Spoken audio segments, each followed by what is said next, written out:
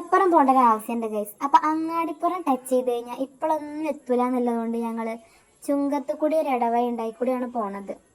അപ്പൊ ഞങ്ങളിതാ അങ്ങനെ പോയപ്പോ പാടത്തൊരു സ്കൂൾ നിൽക്കണു ഗൈസ്. എന്ത് രസാ കാണാന്. അവിടെയൊക്കെ പഠിക്കുന്ന കുട്ടികൾക്ക് നല്ല വൈബാക്കാരം. പിന്നെ കുറച്ചോട്ട് മുന്നിൽ പോയപ്പോ അവിടെ നല്ല മീൻ പിടുത്താണ് ആൾക്കാര്. നല്ല രസമുണ്ട് കേട്ടോ കാണാന്.